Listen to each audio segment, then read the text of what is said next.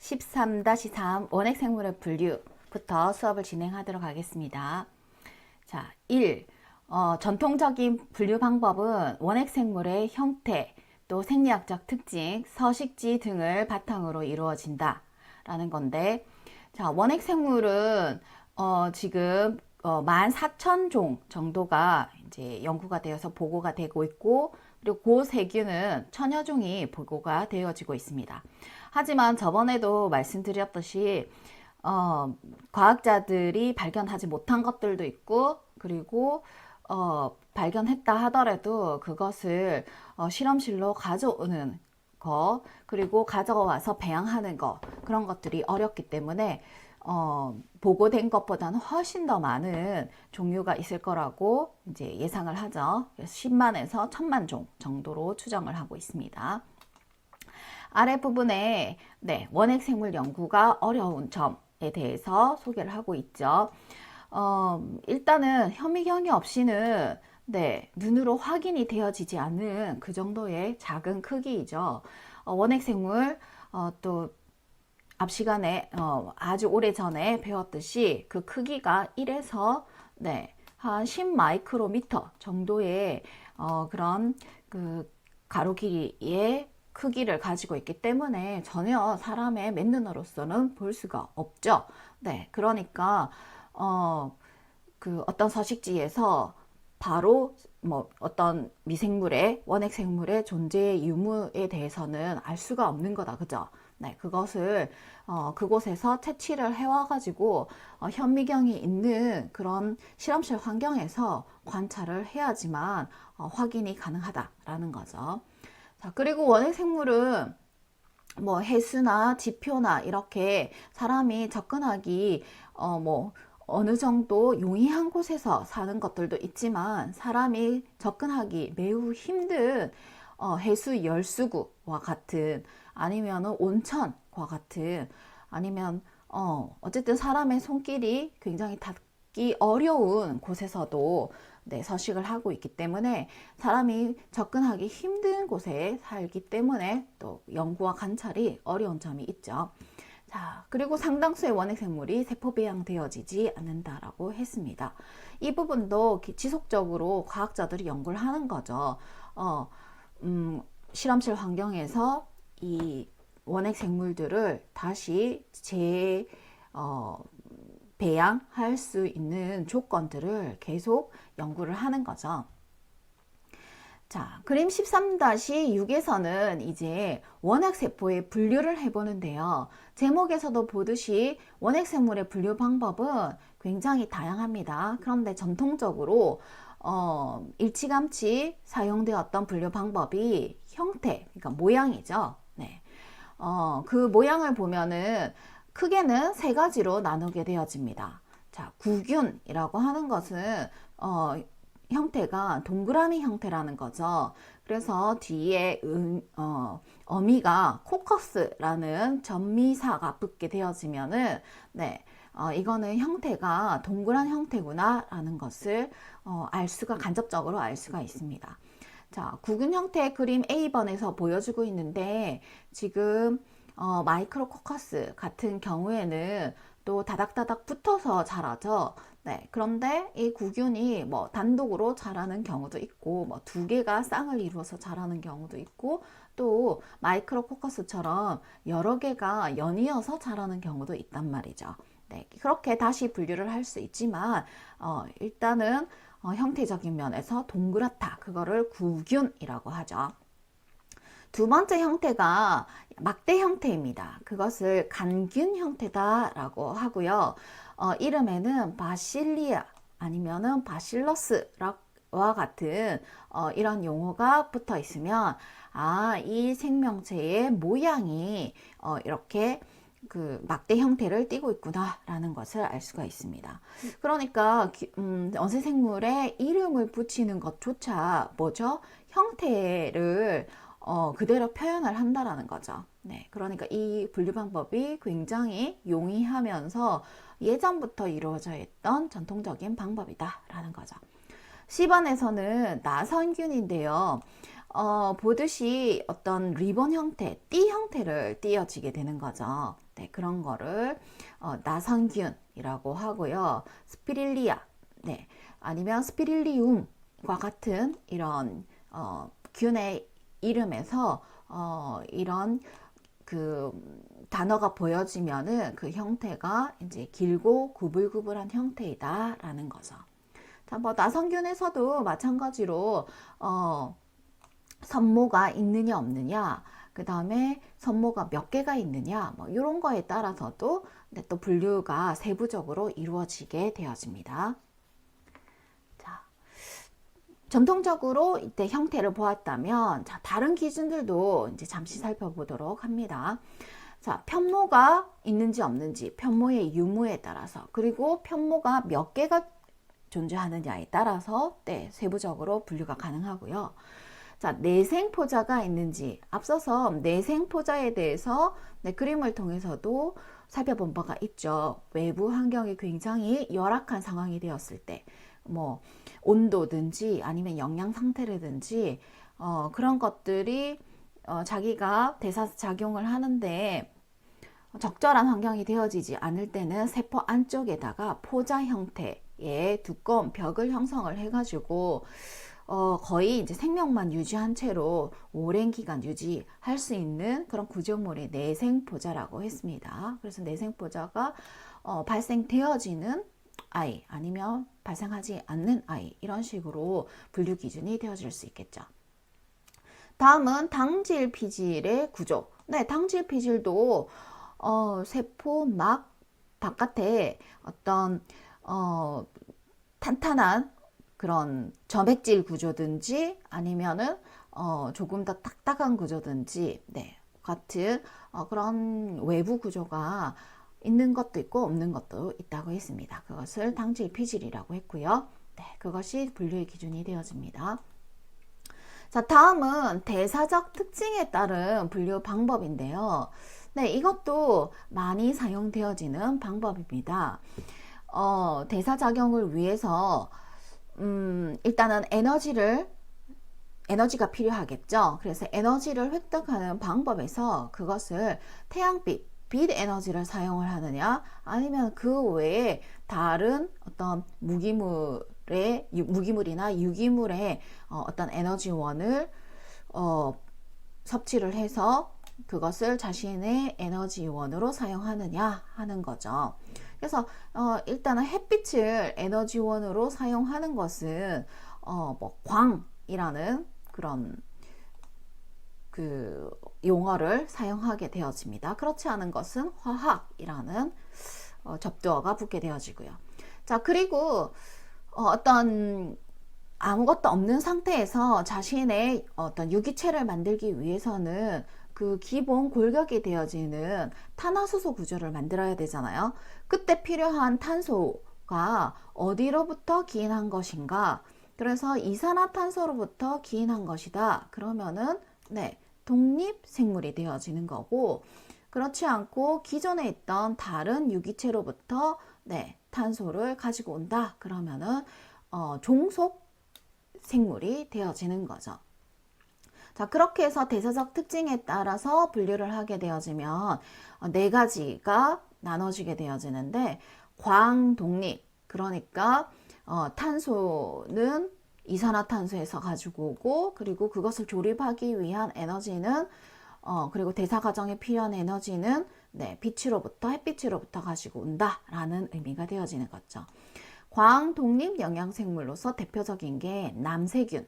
네, 세균 중에서 이제 분류했을 때 남세균이 여기 해당이 되어지고요. 두 번째 방법이 화학 독립 영양생물이 되어지는데, 네, 독립이 붙었기 때문에 이산화탄소로부터 탄소에 네, 탄소라는 원소를 가지고 오게 되어지고, 그리고 에너지원으로서 햇빛이 아닌 다른 것으로부터 가지고 오는 거죠. 그래서 화학 독립 영양생물의 분류가 있을 수 있습니다. 이것의 대표적인 것은 질소고정세균. 네, 질소고정세균 또 앞에서 배운 바가 있죠. 네, 식물 주변에 기생을 하면서 넘어가 버렸네요. 네. 식물 주변에 기생을 하면서 공기 속에 있는 질소를 네, 포획을 해서 그것을 암모니아로 바꾸어지는 그런 세균을 질소 고정 세균이라고 했죠. 자, 세 번째가 광 종속 영양 생물이 있고요. 네 번째가 화학 종속 영양 생물이 있는데, 네, 종속이라는 이름이 붙은 거는 네, 탄소원이 이산화탄소가 아니라 네, 다른 생물체로부터 가져오는 것을 종속 영양생물이라고 했죠. 자, 그리고 에너지원은 이산화탄소가 아닌 것으로부터 가지고 온다. 화학 종속 영양생물이 되어지겠습니다. 대부분의 병원성, 네, 사람에게 질병을 일으키는 병원성 세균들이 화학 종속 영양생물에 속하게 되어집니다. 자, 이렇게 대사적 특징에 따라서 분류를 할 수가 있고요. 자, 다음의 방법은 산소의 요구 형태에 따라서 분류를 하게 되어집니다. 이 방법도 굉장히 중요한 분류 방법이 되어집니다. 왜냐하면 살아가는 환경에서 산소의 유무가 되어지는데 뭐 자연스러운 상태에서 살아갈 때는 알아서 하는 거죠. 그런데 그것을 실험실 환경에서 키우게 되어질 경우, 세포 배양을 할 경우, 네, 산소를 필요로 하는지 아니면 산소가 있으면 자라지 않는지라는 그런 정보가 굉장히 중요하겠죠. 자, 이 같은 경우에서 세 가지 형태로 나누게 되어지는데, 절대 호기성 세균은 자, 말 그대로 산소를 절대적으로 필요로 한다라는 거죠. 네, 산소가 있을 때에만 세포가 자랄 수 있다라는 거죠. 이런 경우, 이런 세균의 경우 세포 배양을 할 때 산소를 인위적으로 계속적으로 지속적으로 공급을 해 주어야지만 세포가 살아남을 수 있는 거죠. 자, 두 번째 그 형태가 절대 혐기성 세균이 되어지는데, 자, 이름에서도 보듯이 혐기성, 네, 공기를 싫어한다. 공기가 있으면 자라지 않는다라는 거죠. 절대적으로. 네. 산소가 조금이라도 노출이 되어지면은 자라지 않는 균을 절대 혐기성 세균이라고 합니다. 여기에 대표적인 균이 파상풍균과 보털리눔 네, 균이 되어지겠습니다. 세 번째는 조건부 혐기성 생물인데, 기본적으로는 혐기성 생물이니까 네, 산소를 좋아하지 않는다, 그죠?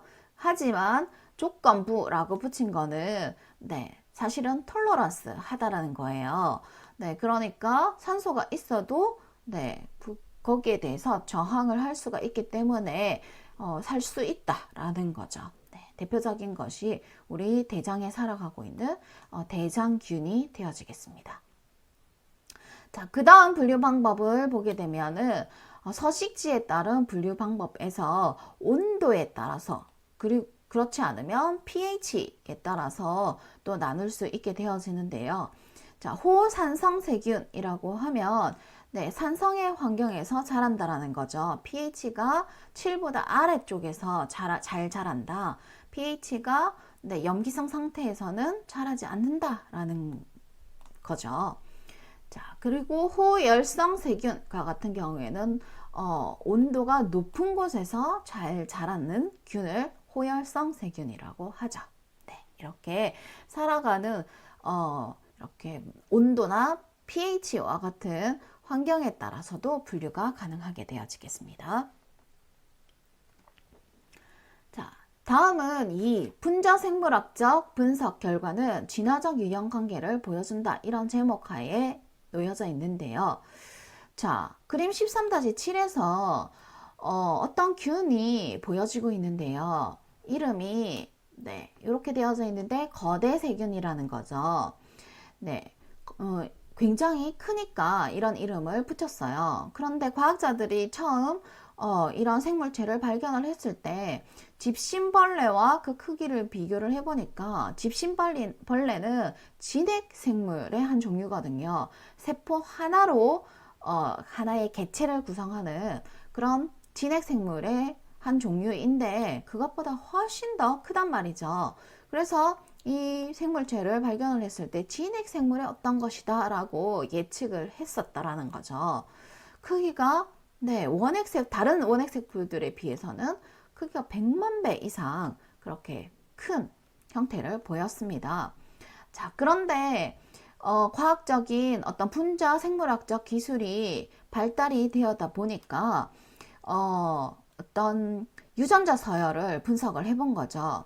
그랬더니 과학자들이 알아낸 것이 자, 이름표 서열이라고 붙여질 정도로 이 부분만 유전자 서열을 염기 서열을 분석을 하면 이것이 어느 범주에 속하는지를 알 수 있게 되어진 거죠. 그렇게 해서 이름을 이름표 서열이라고 붙였습니다. 어느 지역이냐면 자 16SrRNA 무엇을 구성하는 RNA죠? 리보솜을 구성하는 RNA죠. 네, 리보솜을 구성하는 RNA도 4종류가 포함이 되어져 있는데 그 중에서도 16S짜리의 rRNA를 구성하는 그 RNA가 유전자 염기 서열을 분석을 해보니까 네, 이것이 그 원핵 생물인지 진핵 생물인지 그리고 원핵 생물에서는 진짜 세균인지 아니면 고세균인지 아니면 진핵 생물 중에서도 이게 동물 쪽인지 식물 쪽인지 균류인지 이렇게 서로 분류가 가능하도록 이렇게 차이가 나는 지역이 이더라는 거죠. 그렇게 해서 이름을 이름표 서열이라고 붙였고, 네, 이 균의 16SrRNA의 유전자 서열 분석에 의해 가지고 다른 범주가 아니라 세균이다라는 것을 알게 되어진 거죠. 네, 이렇게 해서 명확하게 분류가 가능하게 되어진 거고요. 또 다른 방법으로도 어떤 대사 그 과정, 자 우리가 앞서서도 원핵 생물, 세균과 고생물의 차이에 대해서도 배운 바가 있는데 그러한 차이 부분에서도 비교를 해보면 이 거대 세균은 세균이다 라는 것을 명확하게 알 수가 있다는 거죠. 자, 다음은 3. 고세균은 세균 및 진핵세포와 현저한 차이가 있다 라고 되어져 있는데 자, 좀 거슬러 올라간 감이 있어요. 우리가 앞서서 많이 앞에 세균과 고세균의 차이에 대해서 배운 바가 있습니다. 자, 고세균을 전통적으로 어떻게 분류를 하냐면은 이렇게 3가지 분류로 분류를 합니다. 이것은 전통적인 방법입니다. 그러니까 유전자의 염기 서열, 어떤 유전자의 메커니즘 하고는 상관없이 그것을 잘 모를 때부터 고세균을 분류하던 그런 방법입니다. 자, 그래서 호열성 고세균 으로 분류한 그룹은 뭐죠? 굉장히 온도가 높은 곳에서 자라는 그런 고세균을 의미를 하는 거죠. 자, 황이 풍부한 고온의 화산 온천 지역이나 아니면은 깊숙한 바다의 열수구, 그러니까 아주 뜨거운 어떤 열기가 올라오는 심해 지역에서 살아가는 그런 균들을 호열성 고세균이라고 했죠. 자, 그런데 세균에서도 고세균이 아닌 세균에서도 호열성 세균이 존재를 하거든요. 그러니까 사실 이렇게만 분류를 하면 세균과 고세균을 서로 구분 짓기에는 굉장히 어려운 방법이 되어집니다. 하지만 고세균만 보게 되어지면 서식지에 따라서 호열성 고세균 이렇게 따로 그룹핑 할 수 있다라는 거죠. 자, 100도씨가 넘는 고온에서도 DNA와 단백질이 안정적으로 유지가 되어집니다. 네, 당연하죠. 자신들이 살아가는 서식지 환경이 굉장히 온도가 높은 곳이기 때문에 자신의 DNA와 단백질이 100도 정도에서는 안정되어지겠죠. 자, 균주 121이라고 불리우는 고세균의 경우 121도씨에서 세포 증식이 되어지더라 하는 것도 알게 되었고요. 물론 그것보다 더 높은 곳에서도 뭐 자라는 균들이 있겠죠. 근데 이제 과학자들의 손이 닿지 않는 것들이 훨씬 더 많다라는 거죠. 자, 그 다음에 우리가 PCR 배울 때 뭐였죠? 택 폴리머레이즈, 택이라고 불리우는 DNA 중합 효소가 있었었죠. 네. 이것은 우리가 PCR 실험 방법 생각해 보면은 95도로 끓였다가 뭐 50에서 65도 사이로 떨어뜨렸다가 다시 72도로 올렸다가 이러한 사이클을 반복했었잖아요. 그랬을 때 95도에서도 택 DNA 중합 요소, 단백질이죠. 단백질이 안정적으로 구조를 유지하면서 기능을 할 수 있는 그런 단백질이었죠. 이 아이가 호열성 고세균에 속하는 파이로코커스 퓨리서스라는 그런 고세균 균주로부터 획득을 한 DNA 중합 효소였다라는 거죠. 자, 두 번째 그룹은 호염성 고세균입니다. 말 그대로죠. 굉장히 염분이 높은 곳에서 자라는 살아가는 그런 고세균이죠. 자, 사해 우리가 잘 알고 있는 대표적인 그 염분이 높은 곳이죠. 그리고 염전 등과 같이 염분 농도가 높은 곳에서 주로 서식을 하는 고세균이고요. 일반적인 바닷물 염분 농도는 3.5% 정도가 되어지는데 이것보다 몇 배에 해당하는 고농도의 염분에서 서식을 하는 고세균들이라는 거죠. 자, 할로박테리아의 경우에는 독특하게 염분 농도가 9% 이하로 떨어지면은 살 수가 없는 그런 생명체입니다. 그러니까 염분 농도가 높은 곳에서 잘 자라는 경우도 있지만 할로박테리아처럼 염분 농도가 9% 이하로 떨어지는 경우에는 아예 살 수가 없는 그런 균들도 존재한다는 거죠. 자, 이곳에서 사는 고세균들의 모양은 아주 다양합니다. 구형, 막대형, 정육면체형 이러한 다양한 형태가 보여지고 있고요. 자, 세 번째 그룹은 메테인 생성균인데요. 메탄가스죠. 메탄가스를 생성하는 그런 균이다.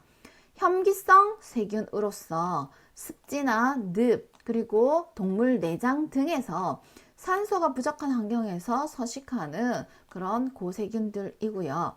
자, 이산화탄소를 이용해서 그리고 수소를 산화하는 과정에서 CH4 메탄가스를 생성하게 되어집니다. 이러한 과정으로요. 자, 이렇게 세 가지 특징에 따라서 고세균을 분류하는 것이 정통적인 방법에 의한 분류 방법입니다.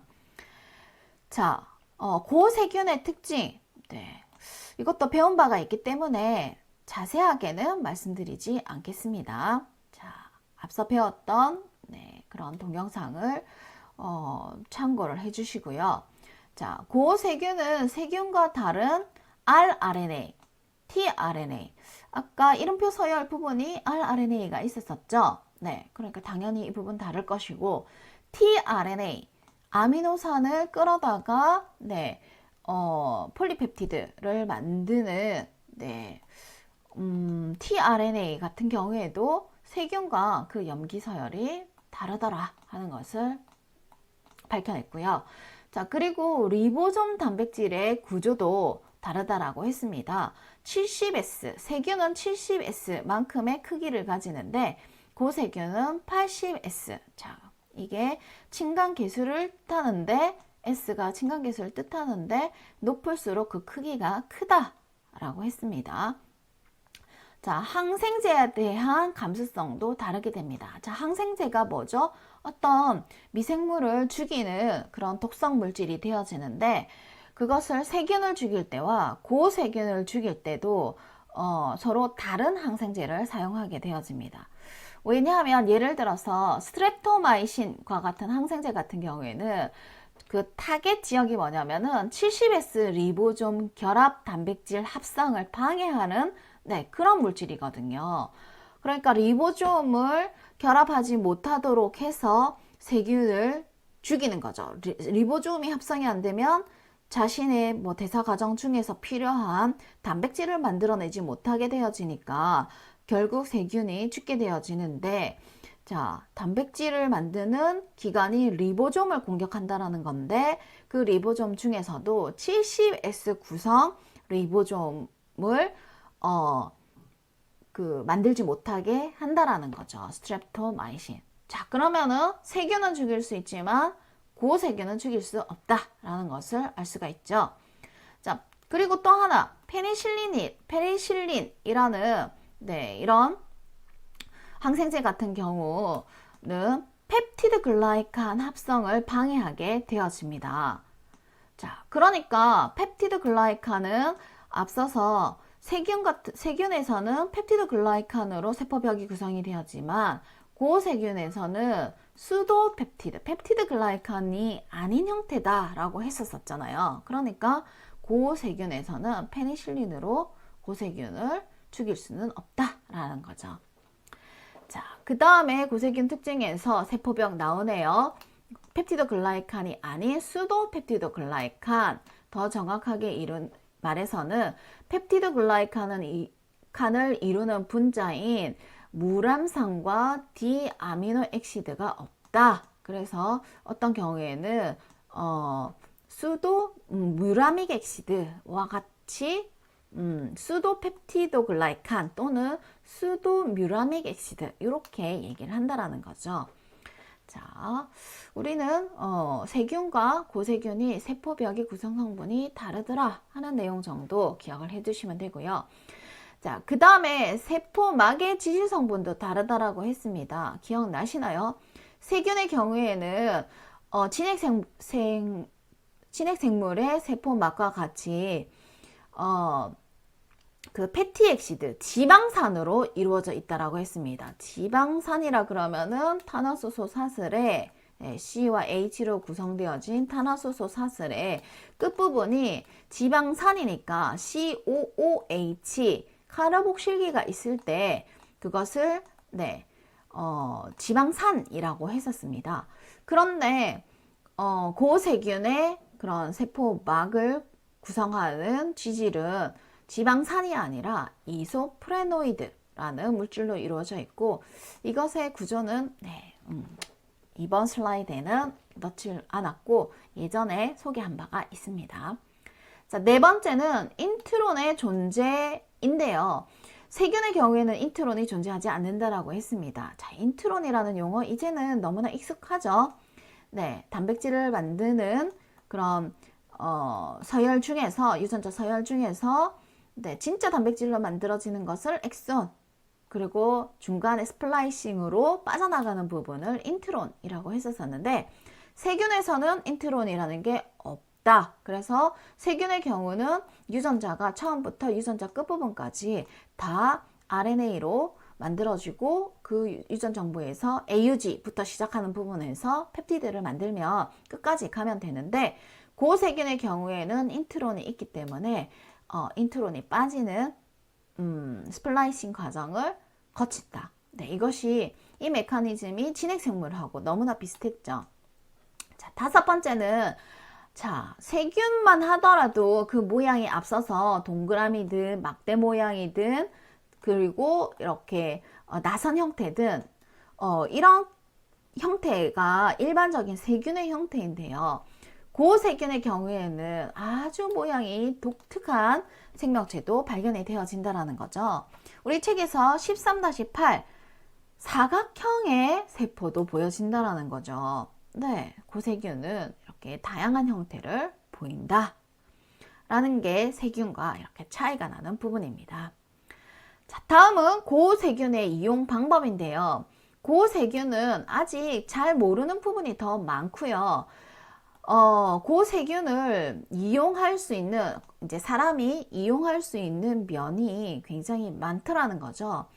자, 지금은 무산소, 고온, 고기압 등 극한의 환경에서 생존함으로써 놀라운 생명력을 보여준과 동시에 또 수소나 메탄가스와 같은 그런 가스들을 만들어내기 때문에 이것을 사람은 대체 에너지를 만들어내는 어떤 대상으로 보게 되어지는 거죠. 자, 그래서 우리가 지금 지구 환경이 굉장히 심각한 수준에 놓여져 있는데요.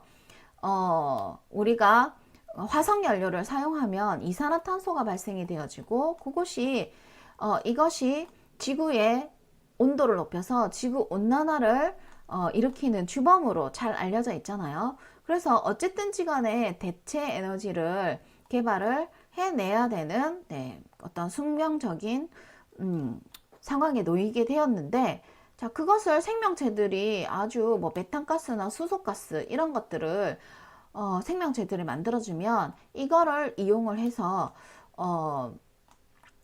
사람은 대체 에너지로 사용을 한다라는 거죠. 물론 요거 아닌 다른 방법으로 뭐 수력 발전, 태양력 발전, 뭐 원자력 발전, 뭐 다른 대체 에너지, 그리고 수소가스, 굉장히 우리나라에서도 10년 동안 수소가스를 대체 에너지원으로 써보겠다 해서 많은 자금을 투자를 하는 분야가 수소가스 부분이거든요.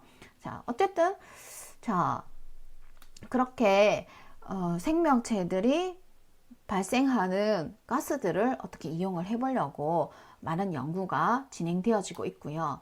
자, 그 다음에 또 고온의 열수가 존재하는 환경에서도 안정적인 단백질 구조를 유지하는 이유를 밝혀낼 수 있다면 산업적으로 신소재 개발에 굉장히 유용한 재료나 팁이 되어질 수 있다라는 거죠.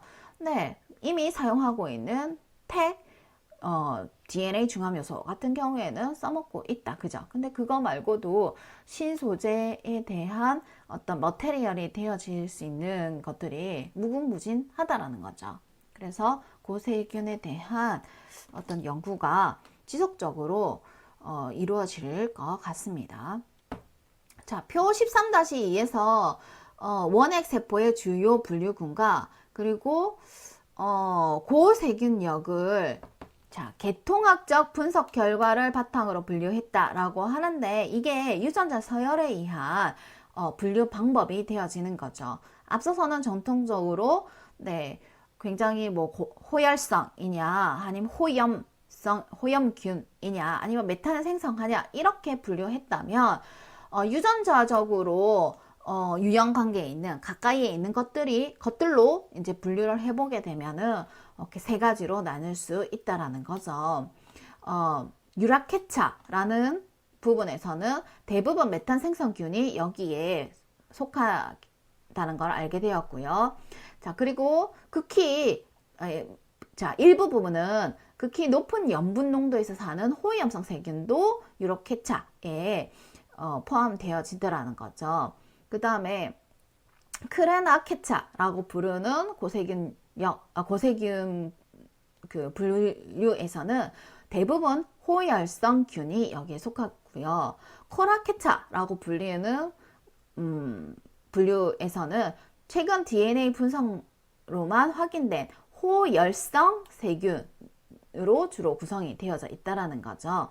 자, 이 방법은 이제 분류가 된 것이 그렇게 오래지 않았고, 아직 많은 부분에서 과학자들이 이제 모르지만 이렇게도 분류를 하고 있다라는 거죠. 자, 원핵세포는 기본 형태에 따라 세 가지로 분류가 된다. 모양에 따른 거죠. 구균, 강균, 나성균 이렇게 나눠졌고요. 원핵세포는 영양분을 획득하는 방법과 산소에 대한 요구에 따라서 분류가 되기도 합니다. 염기서열의 분석은 보다 정확한 분류 방법을 제공해주고 있으며, 고세균이라고 하는 독특한 역을 확인하는 데 중요한 역할을 하였다. 고세균역에 속하는 원핵생물은 원핵생물과 지핵생물이 갖고 있는 특징들의 일부를 갖고 있었죠. 자, 그래서 그 중간에 어떤 특성을 가지고 있었습니다. 자, 13-4 부분입니다. 자, 유전자의 수직적 전달과 수평적 전달 방법인데요. 자, 자손을 만들 때 세균의 경우는, 원핵생물 같은 경우에는 이분법으로 나눠진다라는 것을 우리가 이미 알고 있죠. 그래서 유전자의 수직적 전달을 담당하는 어떤 방법은 이분법이었습니다. 그러니까 자손을 만드는 방법이에요.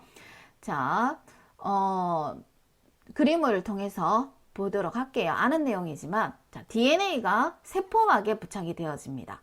자, 그러니까 DNA가 이제 복제가 되어야지 세포 분열이 이루어지잖아요. 자, 그때, 그 진핵생물 같은 경우에는, 방추사들이 나와가지고 끌고 갔었잖아요. 양쪽으로.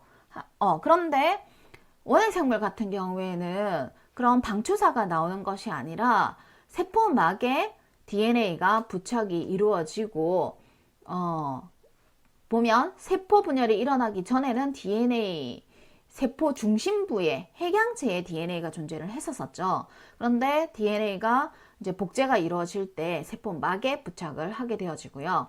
두 번째 그림, DNA의 복제가 두 방향으로 시작이 되어집니다. 그러니까 동그란 부분에 이쪽으로도 만들어지고 이쪽으로도 만들어진다. 두 방향으로 DNA 복제가 이루어진다라는 거죠. 세포막의 성장이 이제 복제되고 있는 두 DNA 가닥의 붙착장 가운데 부분에서 일어난다. 이 부분에서 세포막의 성장이 이루어진다라는 거죠. 그렇게 해서 세포의 사이즈가 커진다. 그런 말이 되어집니다. 그 결과 두 붙착장 사이의 거리가 멀어져서 DNA 가닥들도 서로 멀어지게 되어지죠.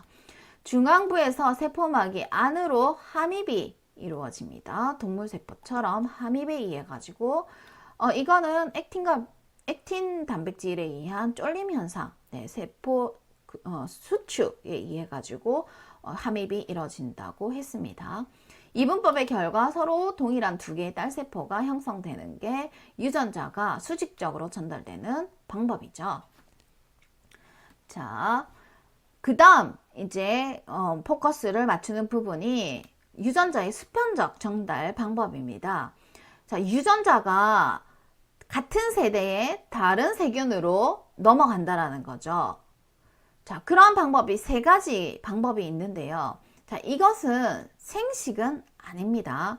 생식이라는 것은 자손 세대를 만들어내는 건데, 유전자의 수평적 방법은 유전자를 서로 교환을 하기는 하지만 어떤 새로운 개체가 만들어지는 것은 아니거든요. 기존에 있는 세포끼리 유전자를 바꿔치기 하는 방법이 유전자의 수평적 전달 방법입니다. 자, 첫 번째가 형질 전환인데요. 자, 새로운 유전자를 갖게 되는 것을 형질 전환되어진다. 그 용어 우리가 앞서서 많이 살펴보았죠.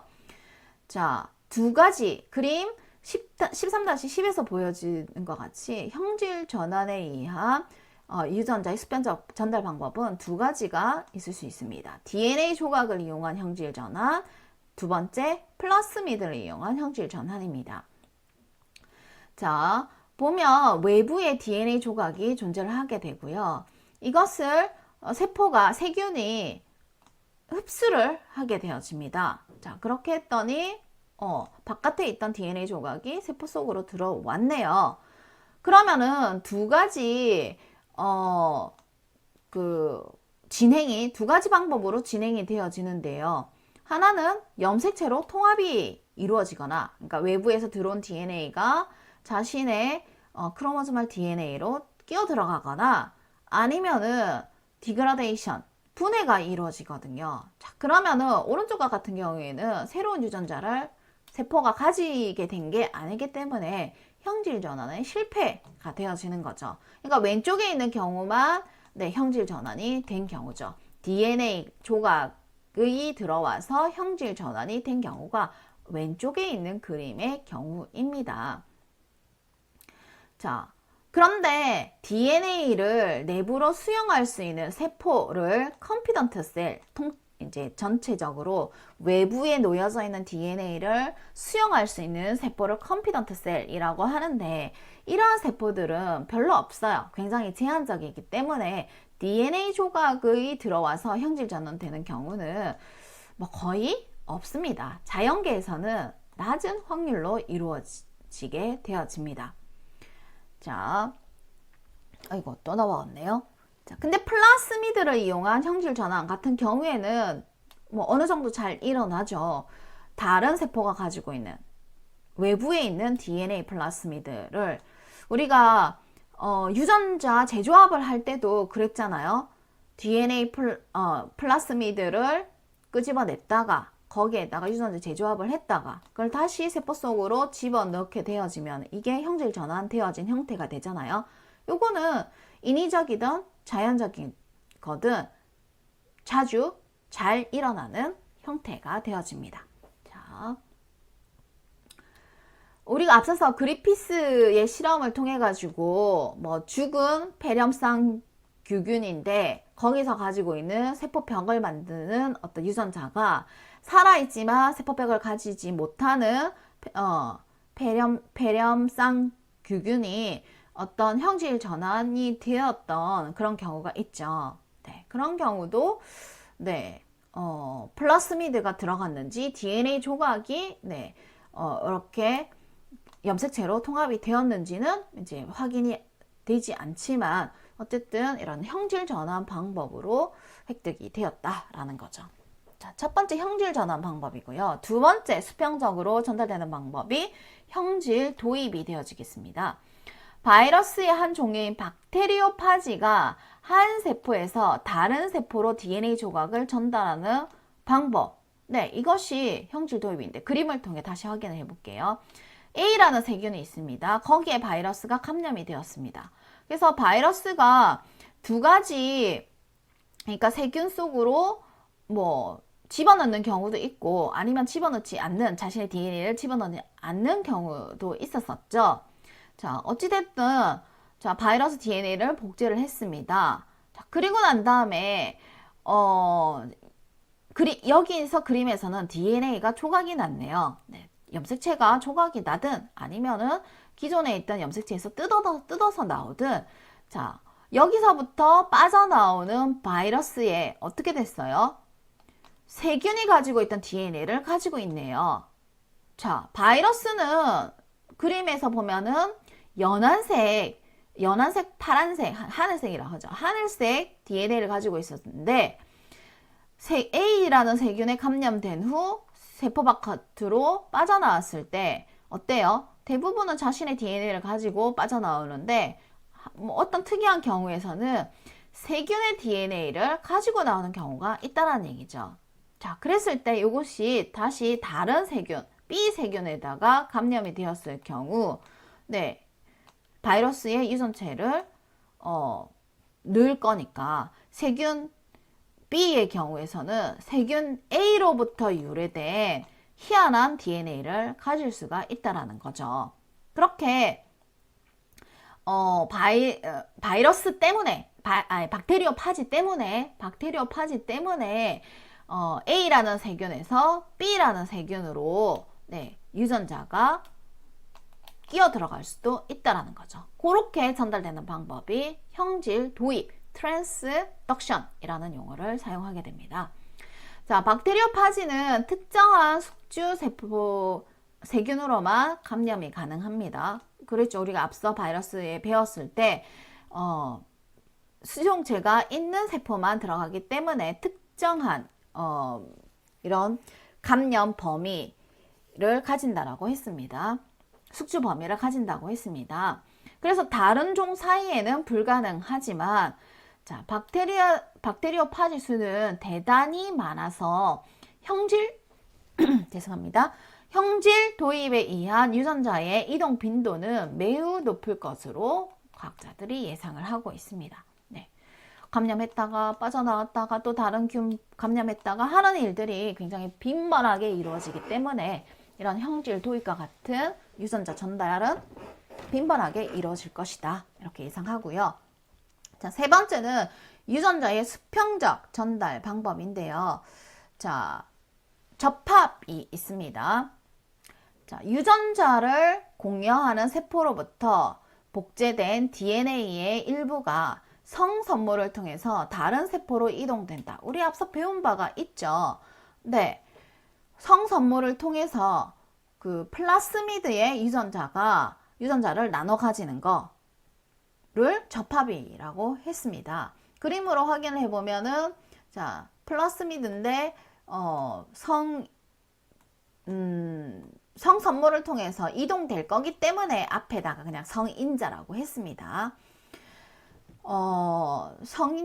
플라스미드가 이 같은 경우에는 원핵세포 DNA로 끼어 들어갔네요. 우리 앞서서도 한번 말한 바가 있는데 플라스미드가 자체적으로 존재할 수도 있고, 네, 이런 아이들도 있고, 어떤 경우에서는 자신의 유전체 DNA로 끼어 들어가는 경우도 있다고 했습니다. 그림에서는 유전체 DNA로 끼어 들어가는 모습을 보여주고 있네요.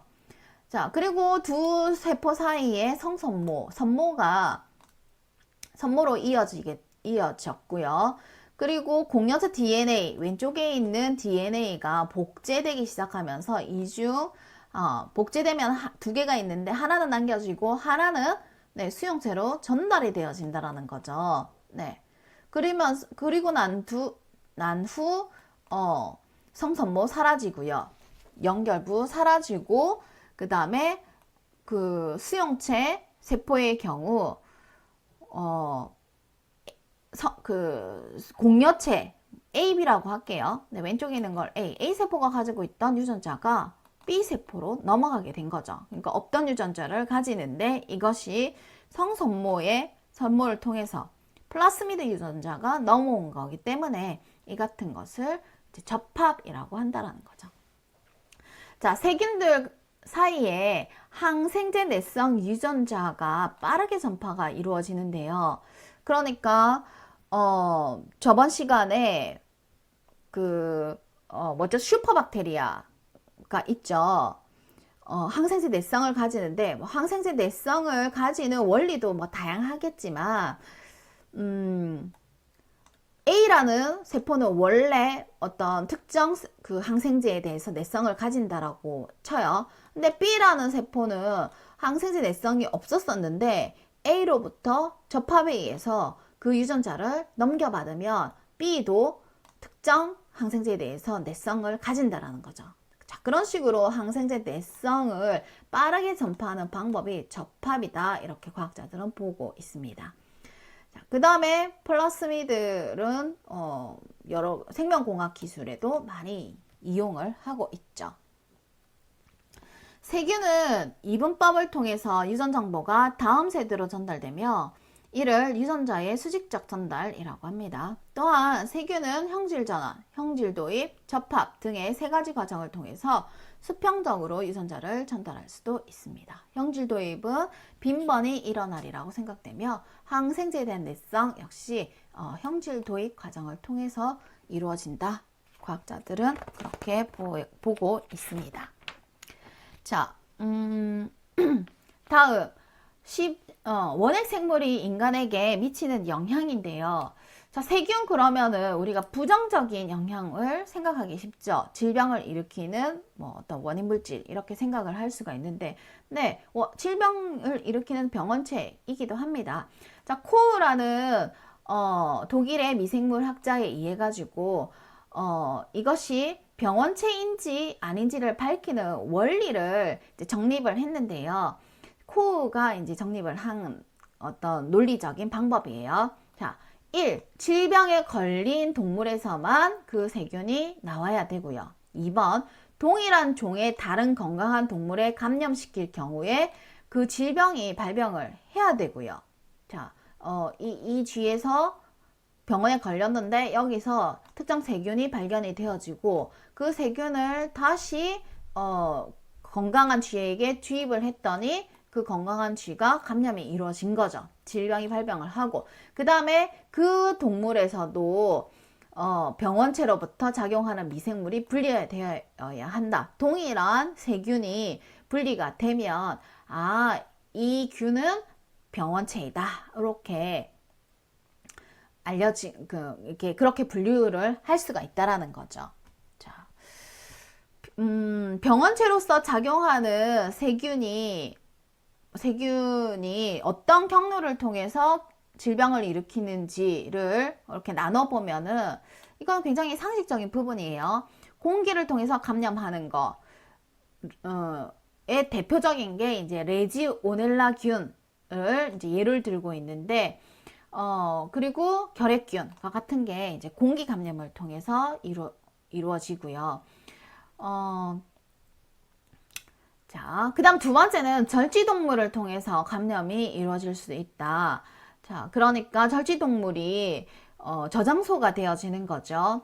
자, 진드기가 저장소가 되어지면서 라임병을 일으킬 수 있습니다. 그러니까 보렐리아 볼도페리라는 그런 균이 그런 균이 라임병을 일으키고요. 자, 모양적으로 나성균이고 감기 증상 및 관절염과 운동을 못하게끔 그렇게 증상으로 나타나는 것이 라임병이 되어집니다.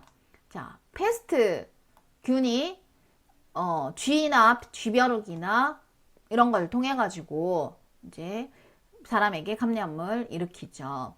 자, 면역세포를 공격하고요. 그 다음에 패스트를 발병시킵니다.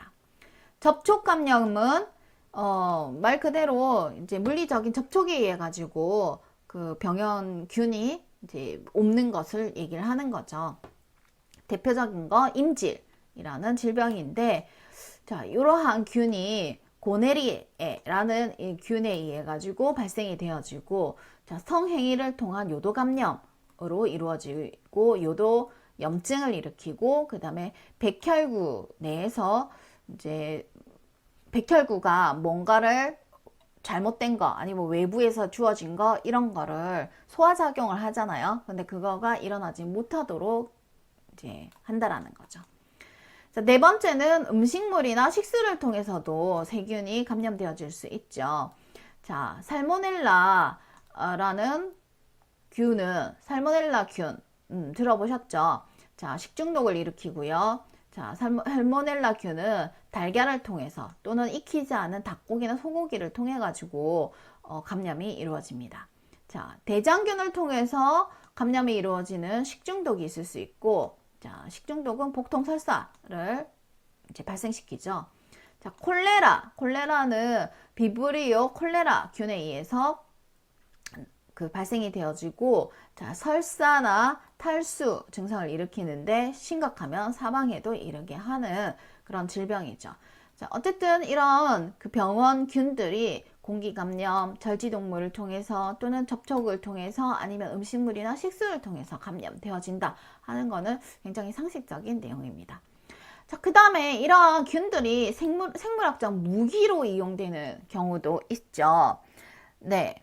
독성이 강한 세균이나 그리고 바이러스 진균류들도 이제 생물학적 무기로 사용되어지는데 세균도 그 무기로 사용되어진다라는 거죠. 예를 들어서 탐저병을 일으키는 바실러스 안스라시스라는 균이 가지고 있는 독소를 1마이크로그램만 있어도 사람을 죽음에 이르도록 한다라는 거죠. 그리고 클로로스트리디움 보툴리늄이라는 균에서 나오는 독소는 1g으로 150만 명을 죽음에 이르도록 할 수 있다라는 거죠. 그리고 굉장히 극독성 물질을 만들어내는 균들이 있어서 이것을 퍼뜨리면은 무기가 되어진다라는 거죠. 그래서 현대사 속에서 사용되었던 생물 무기 몇 가지 보면은 1936년에서 45년 일본 731 부대에서 3,000여 명의 패스트, 콜레라, 각종 바이러스를 투여하는 인체 실험을 했었다고 하고요. 1942년 소련에서는 스탈린그라드 전투 당시에 독일군 진영의 야토 병균을 살포를 해서 이제 생물학적 무기로 사용을 했었고, 1942년 영국의 경우 2차 세계대전 스코틀랜드 그리나디 섬에다가 탄저균을 폭탄 투하했다라고 합니다. 자, 그래서 많은 사람들이 이제 사망에 이르게 되었고 50년간 그 섬은 폐쇄가 이루어졌고요. 1979년 소련에서는 소베르돌로프스크라는 생화학 무기 시설에서 탄저균이 누출이 돼서 이거는 의도하지는 않았지만 이 균에 의해 가지고 인근 주민이 68명이 사망하게 되어지고요. 그 다음에 1800년 초에 미국에서는 이란 이라크 전쟁 당시에 이라크에다가 탄저균과 클로스트리디움 균을 지원을 했었다고 합니다. 자, 그 다음에 2001년에는 알카에다가 미국 내에 탄저균을 담은 우편물 테러를 자행했었는데, 자, 다 5명이 이 일로 인해서 사망을 했다라고 합니다. 자, 이러한 세균이 무기로서 사용되는 그런 역사적인 사실 몇 가지 보았고요. 자, 그런데 이 같은 경우에는 너무나 많은 사람들에게, 불특정 다수의 사람들을 위험에 빠뜨리는 거기 때문에 1972년에 영국, 소련, 미국 지도자 간의 생물 무기 협약을 체결을 해서, 자, 요거를 생물 무기를 사용하지 말자 이렇게 공식적으로 약속을 했는데, 이게 물밑에서, 네, 지하에서 암암리에 가지고 있는 거죠. 네. 하지만 공식적으로는 사용하지 말자라는 것이 국제적인 약속입니다. 자, 이렇게 질병을 일으키거나 아니면 무기로서 사용을 하기도 하지만 산업 미생물학에서 굉장히 유용하게 미생물을 사용하기도 하잖아요. 자, 요구르트나 치즈 등과 같은 유제품 만들 때도 세균 사용하고, 김치나 피클 등의 식품을 발효시킬 때도 사용하죠. 항생제나 비타민, 각종 효소, 아세톤 등의 화합물을 대량으로 생산하기 위해서도, 네, 세균을 사용하고요. 그리고 술을 만드는 양조 그런 공장에서도 세균을 이용하고요. 인슐린이나 혈액응고 인자 등 유전자 제조학 기술에서도 세균을 이용을 하고요. 고세균이나 극한 환경에서 서식하는 세균들이 갖는 내열성 효소들을 산업적으로 이용하기도 하죠. 자, 그 다음에 폐수 및 폐기물 처리 과정 등 오염물을 제거하기 위해서 세균을 사용을 하기도 합니다. 그것을 바이오 리메디에이션, 생물 환경 정화 방법이라고 하는데요. 시간이 많이 없으니까 짤막하게 그냥 소개를 하도록 할게요. 환경 정화에 사용되어지고 있는 미생물 및 생물들 몇 가지만 소개를 할게요. 자, 수도모나스 속에 속하는 많은 균들이 수백 종의 화학약품들을 분해를 할 수가 있습니다. 그래서 뭐 실험실에서든지 아니면 공장에서든지 다량의 화학약품들이 나오잖아요. 그런 거를 생물 분해를 시킨다라는 거죠. 방사능 물질의 오염 굉장히 위험하잖아요. 그런데 그런 것도 분해할 수 있는 균주들이 존재하더라는 거죠. 레디오듀란스라는 이름을 붙였고요. 그 다음에 플라스틱도 뭐 100년 동안 썩지 않는데, 그런데 플라스틱의 스티렌을 생분해하는 균주들도 존재를 하고요. 그 다음에 크레오소트 및 펜타클로로페놀과 같은 이런 환경에 굉장히 해악을 끼치는 물질들도 곰팡이류, 뭐 세균은 아니지만 어쨌든 생명체인 곰팡이들이 분해하는 것도 발견을 했고요. 자, 성면, 중금속, PCB를 분해하는 곰팡이 종류. 그 다음에 소변 속의 암모니아도 독성물질이거든요. 네, 그런 거를 분해할 수 있는 어떤 세균들, 호기성 세균, 현기성 세균, 다양한 세균들. 자, 그 다음에 이런 쓰레기를 분해를 해가지고 전기를 생성하는 그런 세균들도 있고요. 자, 그 다음에 석유를 먹는 세균들도, 네, 발견을 했고요. 과학자들이 발견을 했고, 그 다음에 수은도 토양 속에 있으면 오염물질이 되어지잖아요. 수은을 흡착하는 그런 대장균도, 이거는 유전자를 변형시켜서 과학자들이 인위적으로 만들었네요. 자, 그 다음에 뭐 생물 감지기로서 변형시킨 어떤 균들도 과학자들이 개발을 해냈고요. 자, 그 다음에 TNT가 폭탄물의 이제 분해물이잖아요. 폭탄, 그러니까 전쟁을 하거나 아니면은 상대 국가를 위협하기 위해서는 폭탄물을 많이 사용하게 되는데, TNT나 RDX 같은 물질들이 이제 폭탄 그런 폭탄 물질로부터 발생되어지는 오염 물질인데요. 이런 거를 또 분해할 수 있는 담배도 유전자 변형을 시킨 어떤 식물을 과학자들이 또 개발을 해서 이런 것들을 분해하려고 이제 노력하고 있고요. 자, 그 다음에 또 금속 축적 생물들을 발견을 해서 이제 토양 속에 있는 뭐 다량의 이런 금속들을 또 제거할 수 있는 그런 생명체들도 이제 발견을 했단 말이에요. 이렇게 다양하게 지구 속에 있는 오염물질을 제거하기 위한 생명체들을 발견하거나 아니면 유전자 재조합을 통해 가지고 개발하거나 하는 노력들을 과학자들이 많이 하고 있다. 지구 오염을 줄여보고자 하는 노력들인 거죠. 네. 자, 원핵 생물의 일부는 병원성 생물이었습니다. 이들은 다양한 방법을 통해서 사람에게 감염이 되며 가장 일반적인 방법은 손 등을 통해서 직접 들어가는 것이다. 세균이나 그들이 만들어내는 독소가 생물학적 무기가 될 수도 있었죠. 원핵 생물의 작용에 의한 산물이나 대사 과정은 여러 종류의 산업에 굉장히 활용이 되어지고 있기 때문에 과학자들이 끊임없이 연구를 하고 있습니다. 우리는 유전공학 기법을 통해서 세균의 다양한 대사산물 생산 능력을 이용을 하고 또 유해한 물질을 제거하는 데 사용할 수 있는 이게 바이오 리메디에이션이라고 했죠. 보다 효과적인 방안을 지속적으로 모색을 하고 있습니다. 자, 이렇게 해서 13장 세균과 고세균 수업을 마치도록 하겠습니다. 수고하셨습니다.